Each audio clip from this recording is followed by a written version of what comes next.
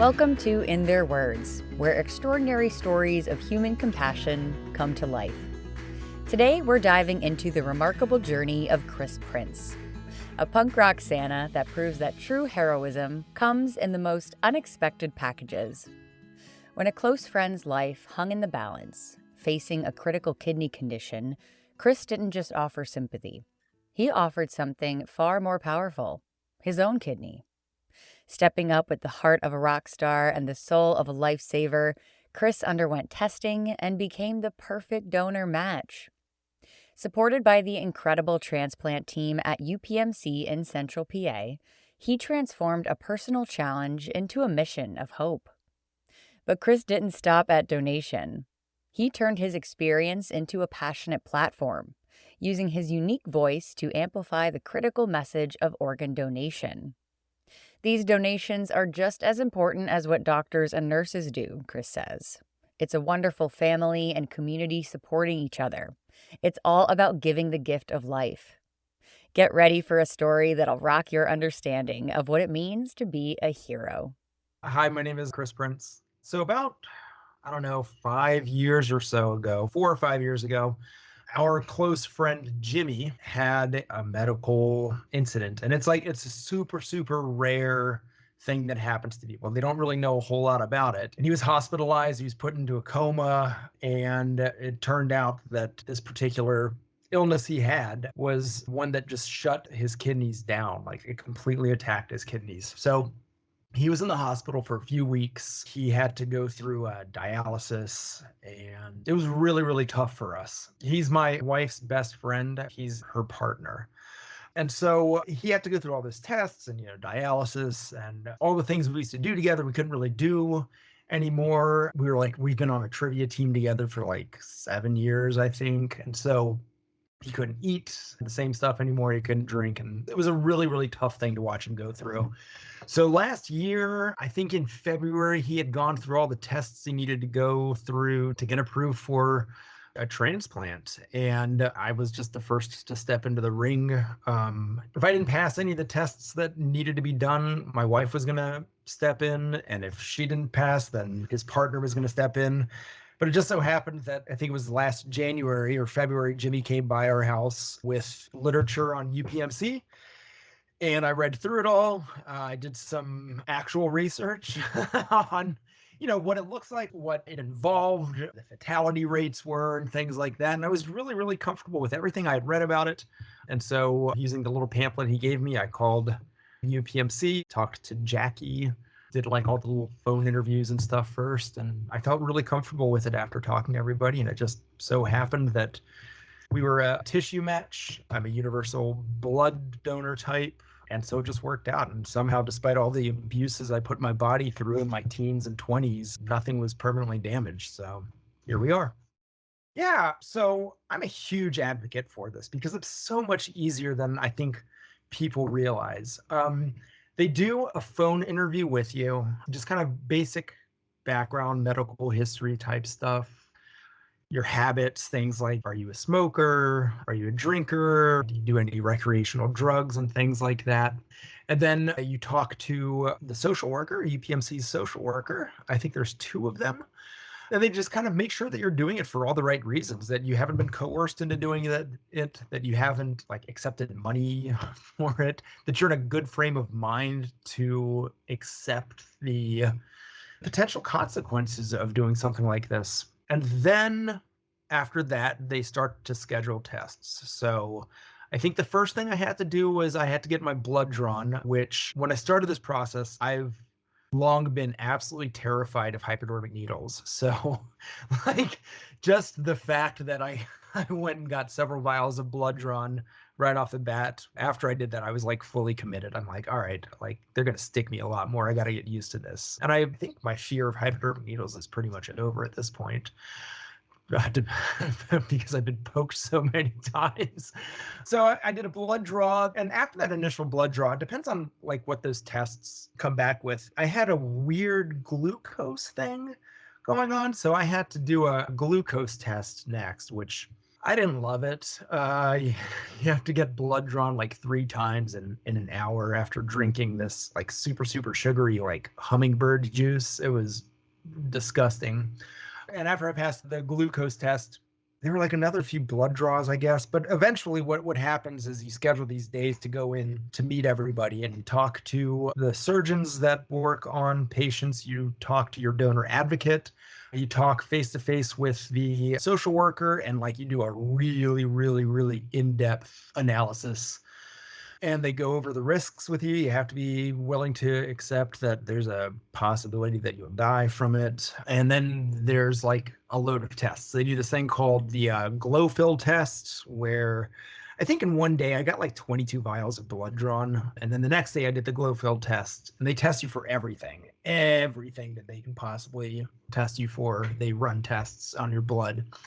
So you do a glow fill test where they wrap your arm up, they stick a needle in, they draw a few things of blood, and then they inject a radioactive substance into your blood. And then you got to walk around with like this little needle poking out of your arm, and they wrap it up. And you have to get an EKG done and chest x-ray because they want to make sure that you have 2 kidneys to begin with. So that's super helpful. And I had to get an extra EEG because I have really, really low blood pressure. And so like the first test showed that my heart at a resting heart rate can get down to like 46 beats per minute, which is basically dead. So they had to do I had to get a kind of like a sonogram on my heart to make sure that everything was fine. So you're walking around with this needle after they do all these tests, and then you have to go back to the dude who does the glow fill, and he draws a few more vials of blood. But what can happen, and what happened to me, is my vein dried up. And no matter how he moved the tourniquet around or anything, he could not get another drop out. So he had to go to the other arm and stick me there. Oh, they also do this thing where they shove you into an MRI machine and they do an iodine test where they like inject iodine into you and like flush your entire system. That was super weird because you get like really, really hot and lasts for a second. It's really wild. But once you get through all of that, if you pass all of those tests, it's basically good to go. And so it boils down to scheduling a time for the surgery to happen. So number one, the donor advocate I had, her name is Jackie Stifler. It's impossible for me to speak high enough about the team that I had. Jackie Stifler was my donor advocate, completely and totally amazing. My social worker was Amy Zook, who is just one of the kindest people I've ever met. My surgeon was Dr. Menon. I met Dr. Gupta too, who was Jimmy's surgeon. They make sure that you are as prepared as you can be. And I gotta say, I don't know that you can fully prepare for this. And I guess I'll get to that later on. But the day before the surgery, you gotta clean yourself out. So just kind of like preparing for a colonoscopy, whatever that stuff is, magnesium citrate. So this is what happened to me. So the day before our initial surgery, I was supposed to take the magnesium citrate at like 2:00, and I did. And 10 minutes after I took it, Jackie called me and told me that there was a problem, that Jimmy had an abscess of some sort on his knee, and they didn't know if it was infected, because if it was infected, then he could not go into surgery. So about an hour later, our initial surgery was canceled, which meant that I had to do a system flush for no real reason, which my sense of humor is kind of perverse sometimes. So I thought it was hilarious. And it gave me, like a day or two off of work anyways, while my system flushed itself. Anyway, so like a week later, like we were good to go. Turns out Jimmy's knee was fine. So I did the system flush. We had to be at the hospital like 5:30 in the morning. So I think at 4:00 in the morning, I woke up and I had to do like very specific wash. They give you like this pre-prepared like prep sponge, and you have to gently rub the area and wash the area that they do the surgery in. We got to the hospital about 5:30. They wheeled us back into the back room at about 5:45. Jimmy and I were like right next to each other. And that's when like the poking and prodding begins. So if by this point you're not used to needles, like you definitely are at this point. So you get like shaved down and they pop that little thing for the drip into your hand, which is super freaky. I think I got a few more blood draws. They had to do like a little pricky thing on me, which I didn't like at all. At some point, they start to give you a little bit of happy juice because things start to get like really fuzzy. I'll never forget like being wheeled back into the operating room. The two nurses that wheeled me back, one of them was crying. And she said like it happens every time they get a donor because it just touched her, I guess. And I'm like super loopy on happy juice at this point. But I remember like going into the operating room theater, super bright, couldn't believe how bright it was. And they wheeled me in, and it was like one of the doctors there told me it was going to feel like pit crew in like a NASCAR race. And that's exactly what it was like. I've never seen such coordinated movement so fast in all of my life. It's really something special to behold. So they get you up on the table, you kind of get like strapped down, for lack of a better word. And there's just people like all over you, like right on top of you. And by that time, the happy juice is really kicking in. And that's it. Lights out. Don't remember anything after that. And then, I don't know, it was a few hours later. It took some time with me because what they did was when they went in to get my kidney, they noticed that my spleen had a lot of scar tissue on it. And I mean, my best guess is when I was like 18 or 19, I got jumped by five guys and they beat the hell out of me. And I think that's what the scarring was on my insides was from that. I can't think of any other way that that would have happened to me. But I woke up in the ICU recovery. I felt like I was frozen in place.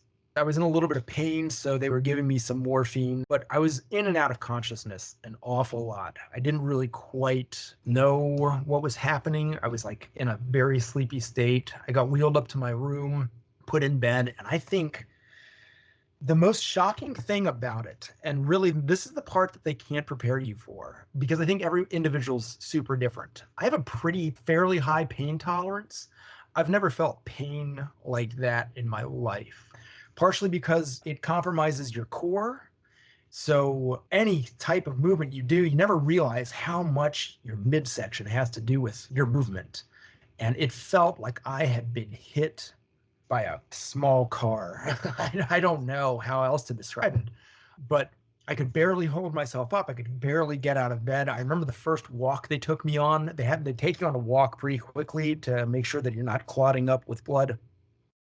It felt like I was 95 years old. It was something to get used to for sure. So I slept an awful lot that first 36 hours. I know Anne, Jimmy's partner, would visit me, and I know that Jimmy's family visited me, and that my wife's family visited, and my parents were there. And I don't really remember a whole lot. I was slipping in and out of consciousness a lot. And I think part of that was because I was in a pretty fair amount of pain. But I don't know that it's like that for everybody. I know Jimmy, I've heard that it's more painful on the donor than it is on the recipient. Jimmy's recovery was not really all that bad. Now, I will say this too, despite all of that, for anyone who considers doing this, it is 100% worth it. The outlook that I have on life now is, I don't know, things are different. It's a life-changing experience in more than one way, and it's a really great experience. In like my younger years, I had some struggles with depression. I think I've oscillated in and out of various degrees of depression for a good portion of my life. And I don't think that this was any different. The first few days I was home, I was still getting used to trying to become mobile again. And as someone who's never had to rely on anyone before, who's never felt weak or incapacitated, who's, for a mid-40s guy is in pretty excellent health, all things considered, because they won't let you do this if you're not super healthy to begin with. I struggled for a little while with not being able to do a lot of things, with needing help getting out of bed, with, I don't know, just feeling somewhat useless. And there was a time for a few weeks where I felt, I don't want to say I felt nihilistic, because I think that tends to have some fairly negative connotations with it. But I definitely had found myself getting pretty ticked off easily over things that I considered peccadillos, like just like little nitpicky things. And I would get really irritated by small nuances that shouldn't bother anybody. And I remember my wife and I were going to hike a part of the Appalachian Trail, and I was being chippy in the car. and I was being critical about things. And it was like just stupid stuff, like people driving like idiots on the road, which we deal with all the time. But I was like extreme about it. And I remember my wife was like, "What is going on with you? There's like an edge to you right now." And I think, and so we kind of workshopped a little bit. And I think what happened was I felt like for the one of the first times in my life, I had done something super significant. Like I felt like somebody. I felt that after doing something like this, there's all these minor things that human beings surround themselves with, and these just stupid, like petty nonsense in our day to day. And I think it just started to really affect me because I was like, for me, like the camera pulls out to like this omniscient bird's eye view. Things just seemed pointless at times. And I think that I just found myself being really critical about petty squabbles and petty behavior and things like that, because to me, it felt like there was so much more that we all have in common, that we all like share as a brotherhood, sisterhood of humanity, that I started to get like really like not full blown nihilist, but like kind of like misanthropic, really, which was bizarre because I've always considered myself a humanist.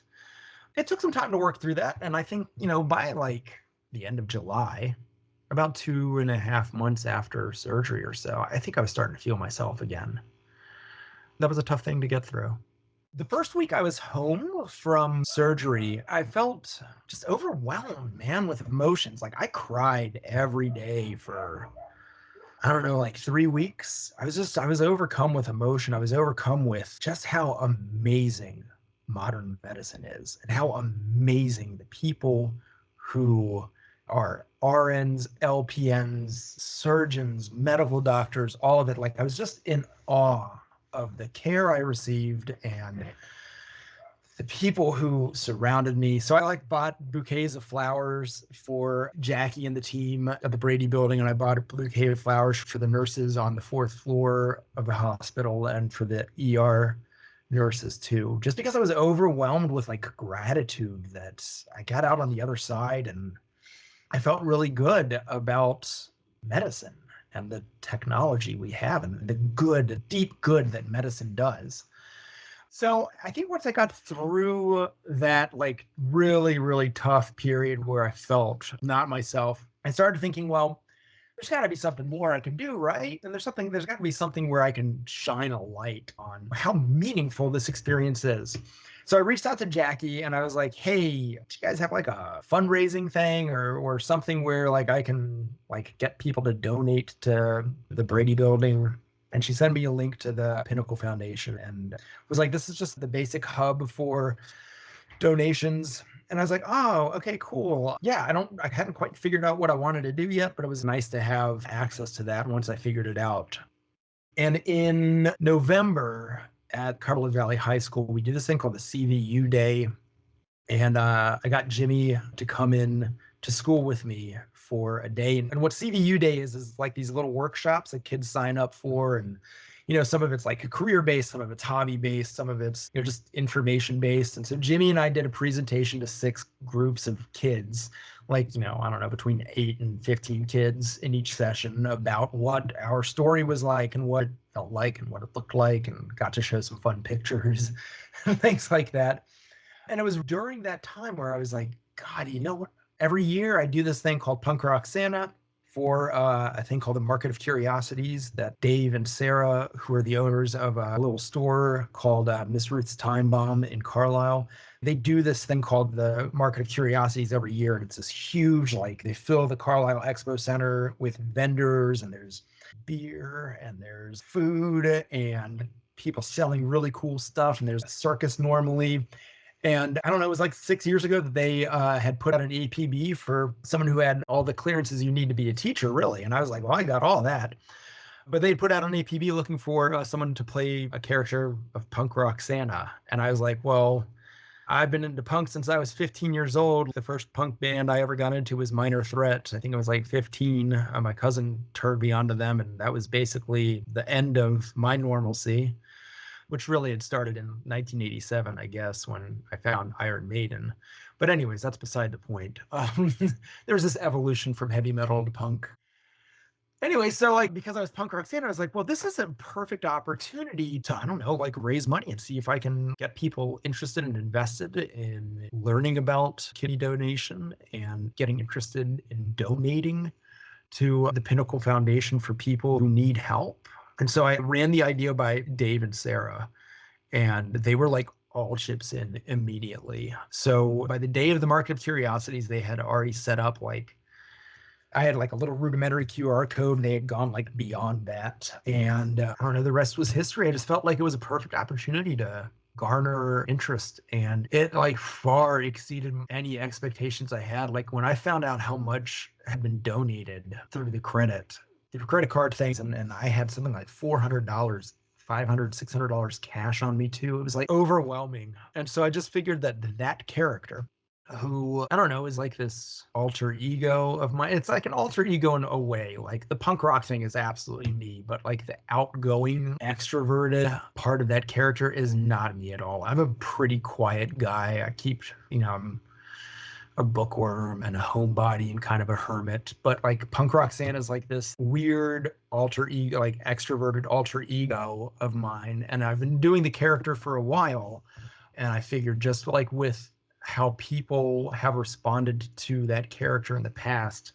Like there are people who have told Dave and Sarah that the only Santa their child knows is punk rock Santa, which is like having something like get completely out of hand. Like learning something like that is like, this is ridiculous. This is like the weirdest thing on the planet for people to latch onto, but they've always like responded really well to it. And I've made a lot of really fun connections at the Market of Curiosities doing that character. But I figured like with the extroverted nature of the character that comes out with the help of bourbon at points. I just figured it was a perfect opportunity to raise awareness and to garner interest in UPMC. I have a bleeding heart, and when it comes to helping people in need and helping people who don't have access to things that help them, and the fact that UPMC, that the Pinnacle Foundation provides those services, that makes me even more interested in it, because I think that a strong society takes care of its most vulnerable individuals. I 100% believe that. March of 2022, my aunt, who was the aunt that I was closest to, she was married to my uncle, who we've all called Buzz his entire life. But they were only like 11 years older than I am. My aunt was diagnosed with cancer, and the tumors that were on her lungs were too close to major veins or something. So it was inoperable, and it spread to her brain. And I would have done anything to save her. I would have donated a part of my brain. I would have donated a part of my lung. And she was originally given like 10 months to live. So when this opportunity came up, I thought, shit, man, I can't save my aunt, but I might be able to save someone else. She died in November of this year. It was tough. She died the day I left visiting her. But I know I talked to her before she got really, really, really bad, obviously. When I got approved for it, I talked to her and I told her that she's the inspiration as to why I'm doing this. I mean, obviously I was doing it for Jimmy too, but I couldn't save my aunt.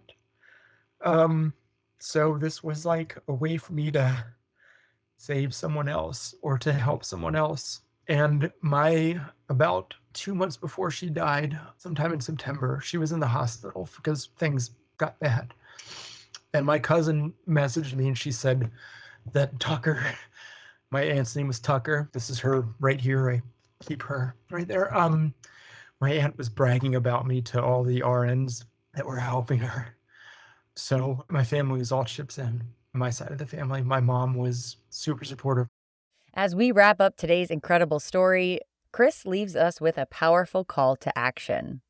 He urges listeners to support transplant teams by donating to the UPMC Pinnacle Foundation and to continue spreading awareness about the life-changing impact of organ donation. Every share, every conversation can be a step towards saving lives. To our incredible listeners, thank you for joining us on this journey of hope and humanity. We hope you enjoyed this episode of In Their Words. Don't forget to like, rate, and review us. And from all of us here, happy holidays. Until next time, this is In Their Words.